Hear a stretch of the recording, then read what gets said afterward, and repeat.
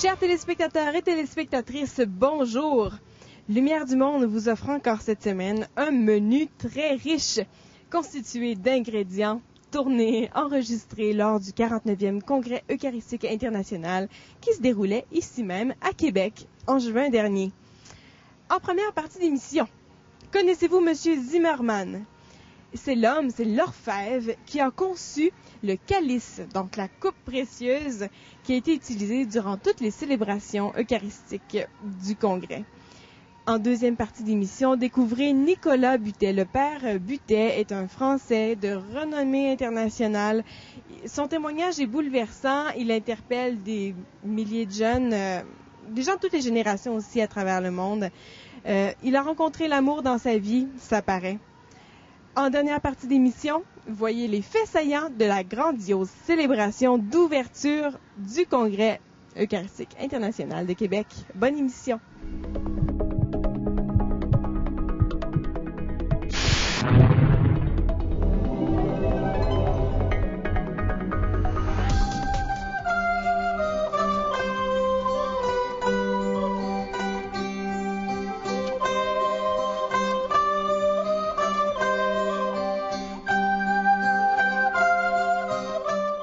Quand on travaille entièrement à la main, qu'est-ce qu'on fait? On donne sa vie.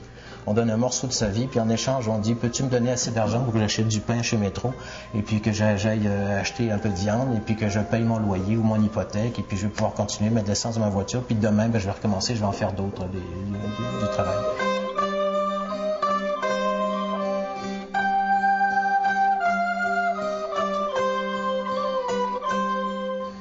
Tout ça ici, ça va disparaître.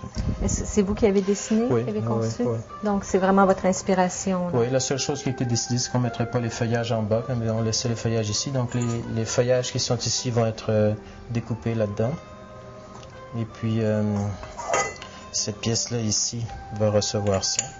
Donc, ça va être soudé ici en place. D'accord. Ici, il va y avoir les 4 sertissures pour les pierres, un petit anneau en or. Et ça va être ouvert de manière à ce que, en installant ça ici, il y aura un cône en argent qui va être soudé, qui va rentrer dans le trou qui est ici. Et ensuite, les 3 pièces vont être vissées par en dessous. Donc à l'intérieur, il y aura un écrou en argent qui va permettre de fixer complètement les 3 pièces ensemble. Parce que ça, c'est une pièce, ça, c'en est une autre, et c'est la base. Mais les 4 pierres, c'est une agate verte pour les maritimes, une améthyste pour l'Ontario, et c'est une pierre canadienne qu'un lapidaire qui s'appelle Brad Wilson en Ontario m'a vendu. Un gars extraordinairement sympathique. J'étais vraiment impressionné de cette rencontre-là et heureux de savoir que sa pierre serait là-dessus. Et il devait y avoir une caltonite qui est une pierre bleue, mais ce qui est une pierre rarissime. Il n'y en a que 2 au Canada qui soient taillées. C'est extrêmement cher, c'est toujours très petit. Donc, je dois mettre une autre pierre. Je ne peux pas mettre une caltonite. Et j'ai décidé de mettre un grenaille-sonite qui vient de la région d'Asbestos. Et ce sera la pierre qui va représenter le Québec. Le Québec. Et puis le diamant pour toutes les provinces de l'Ouest. Parce que le diamant, et ça c'est un peu une chance, depuis quelques années, le Canada a des diamants vraiment intéressants. Donc, je l'ai commandé hier et je vais le recevoir en principe aujourd'hui. Là, ce que je fais, j'enlève l'oxydation, ce qu'on appelle la tache de feu. Parce que quand on soude de l'argent sterling, il se produit une tache de feu en surface. Et moi, j'ai l'obsession de l'enlever. Et c'est pour ça que je fais toutes mes soudures en premier. Et une fois que les soudures sont toutes réussies, je lime partout pour enlever la tache de feu, pour qu'au polissage, ce soit la couleur de l'argent proprement dit. Une couleur très brillante, très blanche, sans aucun reflet noirâtre dessus. Alors toute la surface va être passée comme ça. Après, il y aura un papier d'émery qui va être utilisé pour raffiner la surface et puis après le polissage. Donc ça, c'est une opération assez simple. Mais qui demande quand même le temps de le faire. Ah, ça demande du temps. Le temps, c'est à la fois un ami et à la fois un ennemi. Si vous le respectez, c'est un ami. Si vous ne le respectez pas, c'est un ennemi. Puis il faut respecter le sien comme celui des autres. Oui. Autrement, ça ne veut rien dire.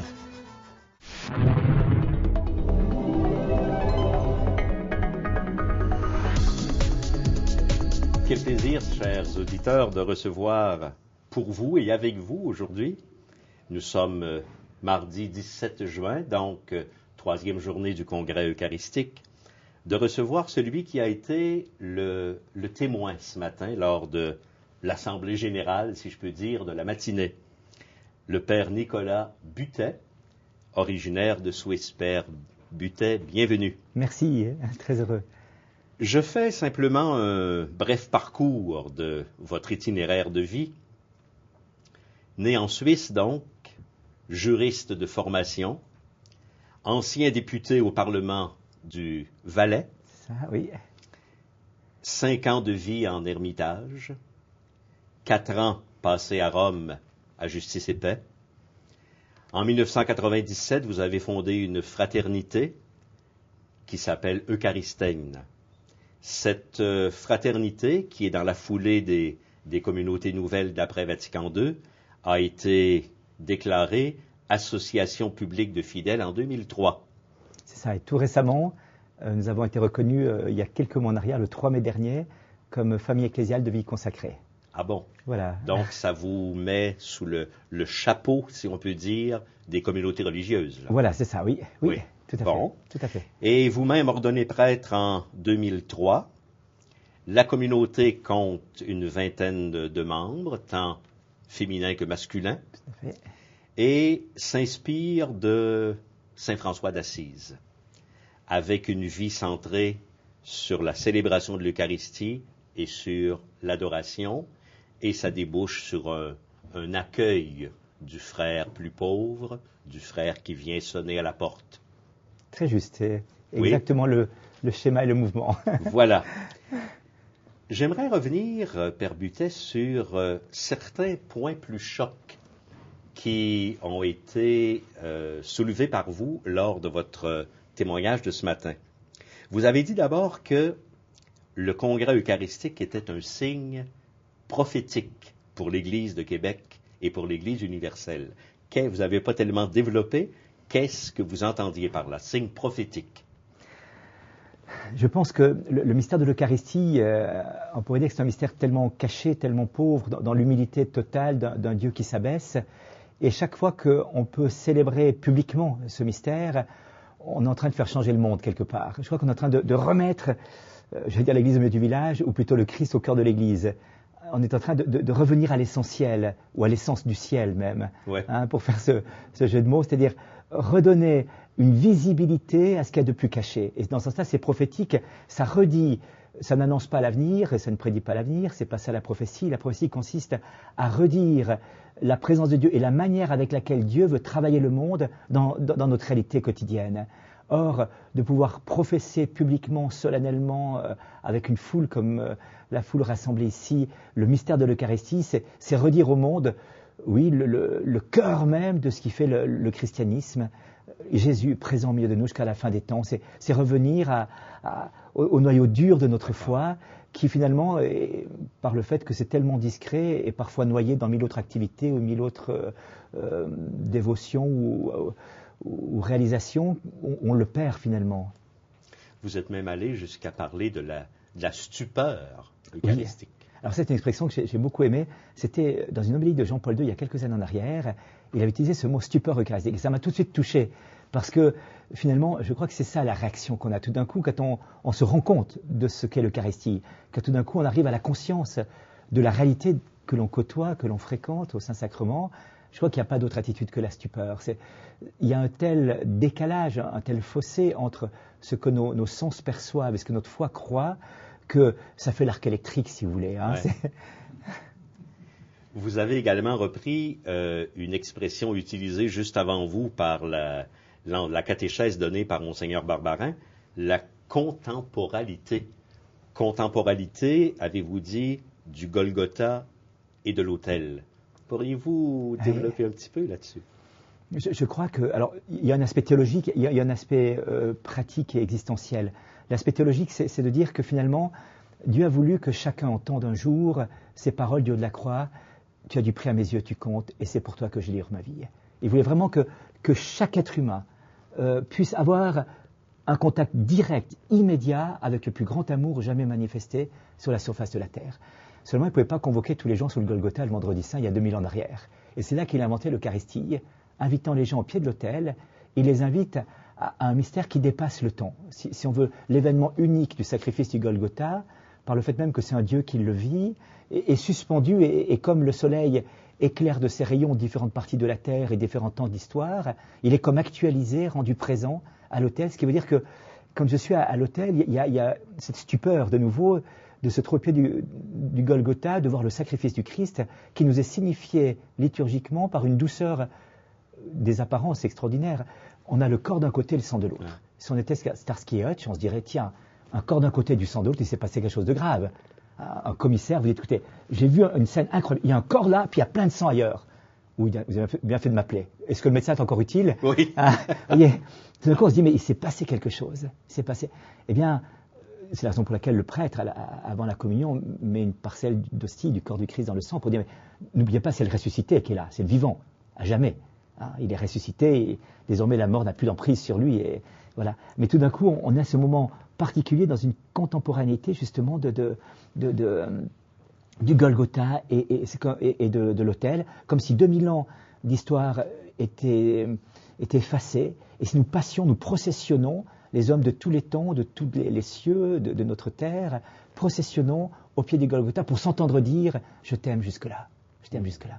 Et alors, c'est l'aspect théologique, l'aspect existentiel, c'est que ce mystère-là rejoint toutes les pauvretés, toutes les misères de notre monde. C'est qu'aujourd'hui, il n'y a plus une souffrance qui soit exclue ou qui ne soit pas prise par ce mystère-là, qui ne soit pas saisie, empoignée à bras la chair, à bras le corps, j'allais dire, de la souffrance de l'homme, et comme transfigurée par ce mystère-là. Donc une contemporanéité entre l'Eucharistie, enfin le Golgotha et l'autel, mais une contemporanéité entre le Golgotha, l'autel et la souffrance humaine aujourd'hui. Tout d'un coup, c'est une extraordinaire alchimie du salut qui est en train de se jouer là, où finalement Dieu prend ce scandale de la souffrance et de l'horreur du mal et lui donne une issue qui est l'issue du salut.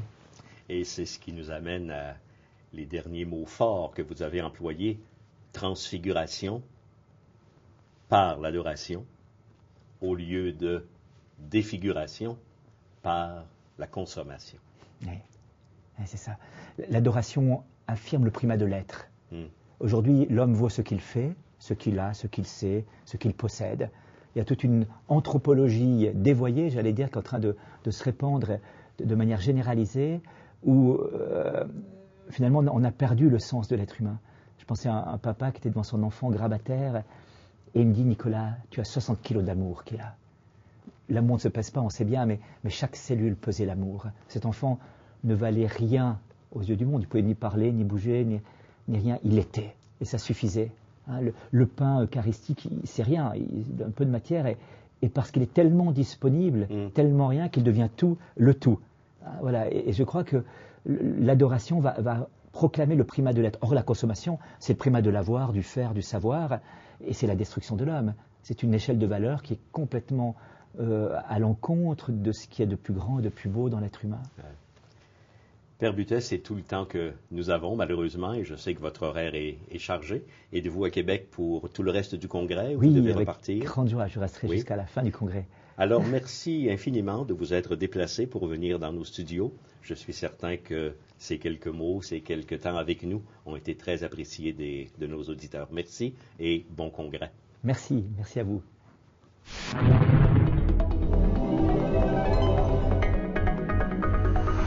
Dimanche 15 juin 2008, après 4 années de préparatifs et d'attente, le 49e Congrès eucharistique international sera inauguré dans moins d'une heure, ici au Colisée Pepsi.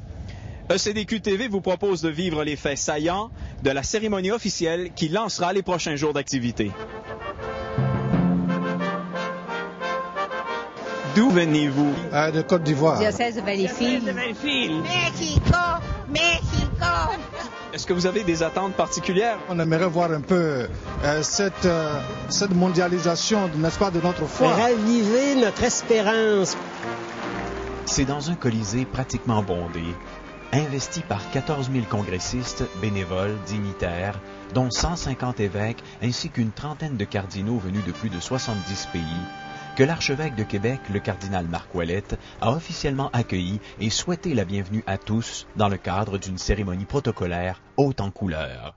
J'éprouve une grande joie et une profonde émotion en saluant pour la première fois cette auguste assemblée du Congrès eucharistique international de Québec.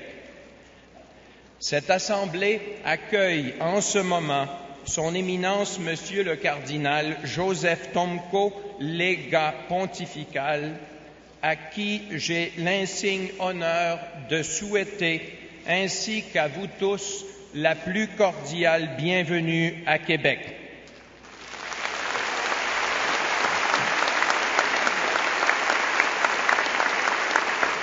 Le site enchanteur de la ville, le grand fleuve Saint-Laurent, la campagne environnante, l'immensité du pays, de l'Atlantique au Pacifique, du pôle Nord jusqu'aux cataractes du Niagara, tout vous est offert en signe d'hospitalité et d'amitié de la part de la population.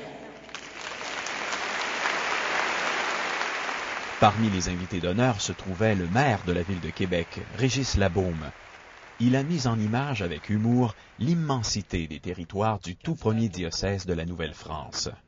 Il est bon de rappeler qu'à une certaine époque, le territoire du diocèse de Québec s'étendait sur tout le continent américain, jusqu'au golfe du Mexique, à l'exception des seules colonies britanniques de l'époque et la colonie espagnole du territoire de la Floride. Un diocèse qui vous causerait sûrement quelques maux de tête aujourd'hui, cardinal Ouellette. Le secrétaire d'État au multiculturalisme du Canada, Jason Kenney, a quant à lui été chaudement applaudi lorsqu'il a lié la foi chrétienne aux racines profondes de l'identité québécoise et canadienne. Je ne peux qu'être admiratif devant la tradition catholique du Québec. Se rassembler à Québec, c'est être conscient des profondes racines religieuses de l'identité nationale des Québécois et par conséquent de l'identité de tous les Canadiens.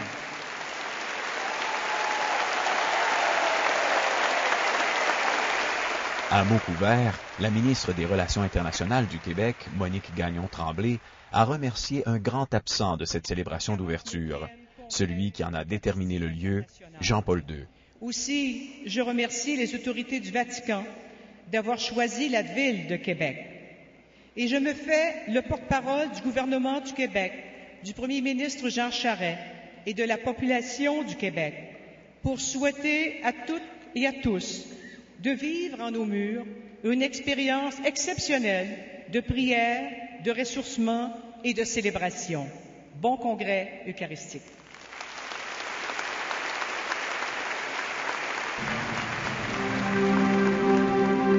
S'en est suivi la présentation d'une fresque historique émouvante, symbolisant l'arrivée de la foi dans le Nouveau Monde, transportée sur mer par des navires, portés par des chrétiens remplis de zèle, principalement des missionnaires. Des personnages clés ont ensuite fait leur apparition dans le Colisée sous forme de marionnettes géantes. Parmi elles, la présence de François de Laval, le premier à être nommé évêque de Québec au XVIIe siècle, a ravi les spectateurs.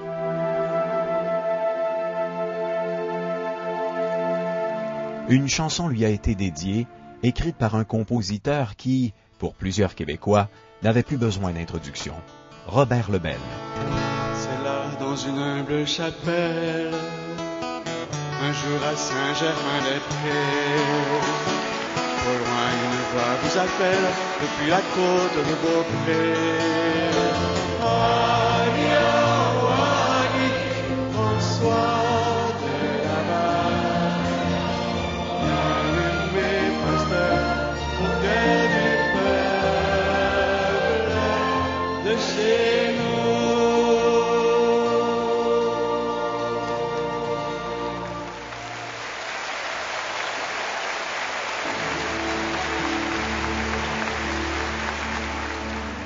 Dieu notre Père, daigne bénir cette arche. Un autre temps fort de cette célébration d'ouverture fut celui de l'accueil de l'Arche de la Nouvelle Alliance.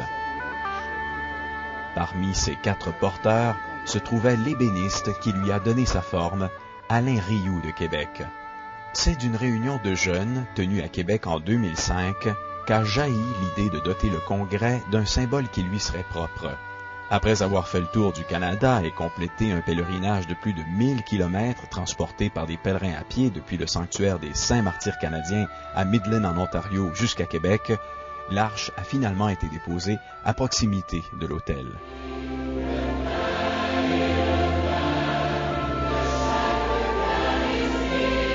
À 16h30, le chantème du Congrès a été entonné, donnant le coup d'envoi à la célébration eucharistique qui allait être présidée par Monseigneur Tomko. Frères et sœurs, ce jour que fit le Seigneur est un jour de grande joie. La chorale Inter-Québec a été sollicitée à plusieurs reprises dans cette célébration, enrichissant la liturgie et la participation des fidèles.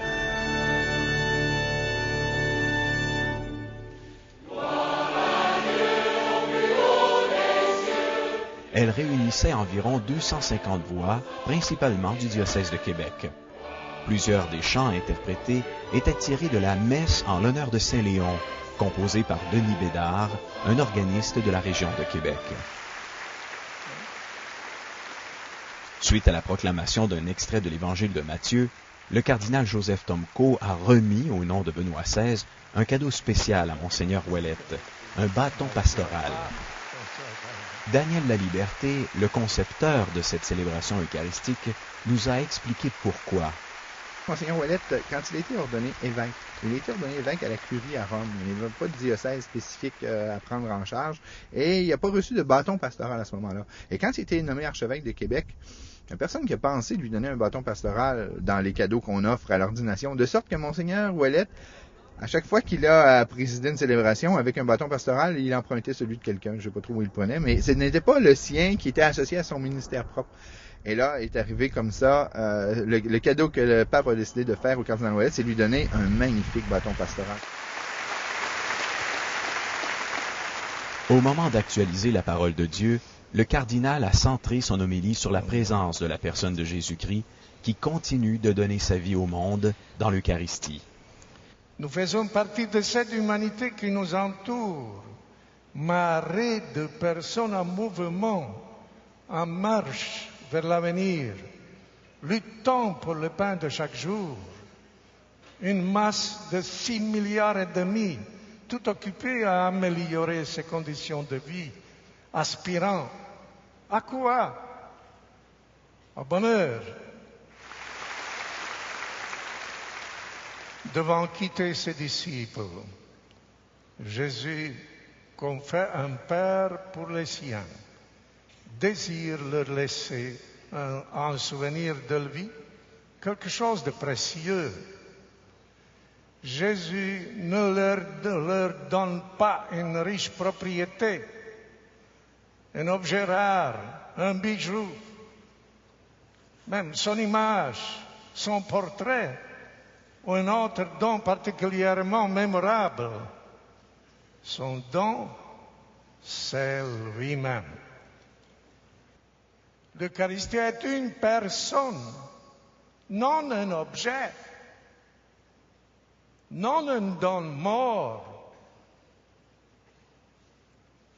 Peut-être nous ne devrions pas nous demander ce qu'est l'Eucharistie, mais qui est l'Eucharistie?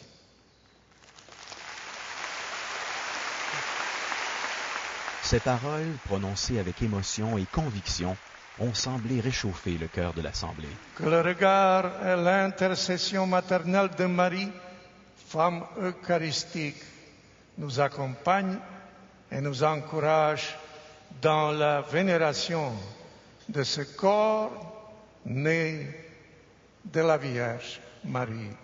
Amen.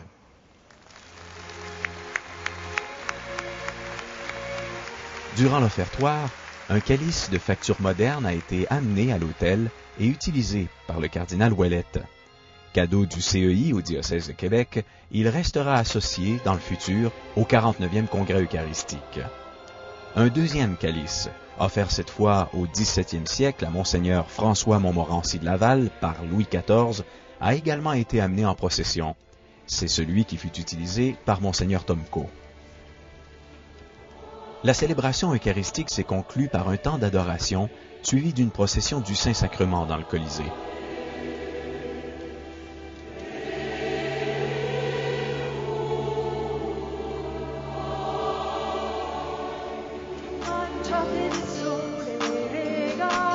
C'est finalement un spectacle du groupe Gen Verde qui est venu clore le premier jour d'activité du 49e Congrès eucharistique de l'histoire. Cette célébration d'ouverture aura permis aux 12 000 congressistes d'avoir un premier contact avec l'allure du Congrès et aussi Monseigneur Tomko. Et en juger par l'enthousiasme des gens qui sortent d'ici, on peut croire que la table est mise pour que ce Congrès obtienne un franc succès. Michel Lizotte, pour OCDQ.tv.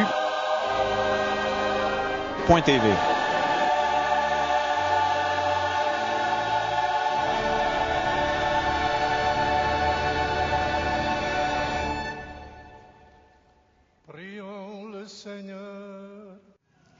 Nous vous avons présenté Lumière du monde. La semaine prochaine, rendez-vous.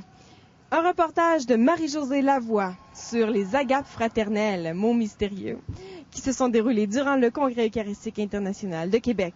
Deuxièmement, un entretien avec le cardinal Jean-Louis Torrent. Et enfin, Twinvo nous présente la salle de presse et l'importance des médias au sein du Congrès. Bonne semaine à tous et à toutes.